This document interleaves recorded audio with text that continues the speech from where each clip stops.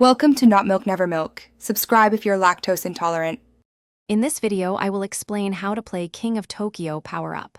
First, shuffle the evolution cards and place them face down next to the board. Each monster gets a unique set of 8 evolution cards. When you roll 3 hearts, you draw 3 evolution cards, choose one, and discard the rest.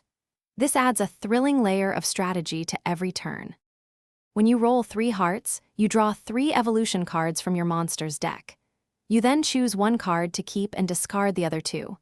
These cards come in 2 types: keep cards, which are permanent upgrades for your monster, and discard cards, which are one-time effects. Decide carefully, as your choice can significantly impact your game. Power Up introduces dynamic strategic choices. You might focus on gaining hearts to quickly build a powerful set of permanent evolutions, or save them for a crucial one-shot ability.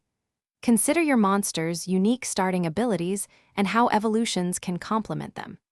This expansion truly allows for diverse and exciting monster development throughout the game. To truly master King of Tokyo Power Up, experiment with various evolution combinations. Don't be afraid to try new strategies, even if they seem unconventional. Remember to check the description for a link to some fantastic leak-proof meal prep containers, as well as other great deals.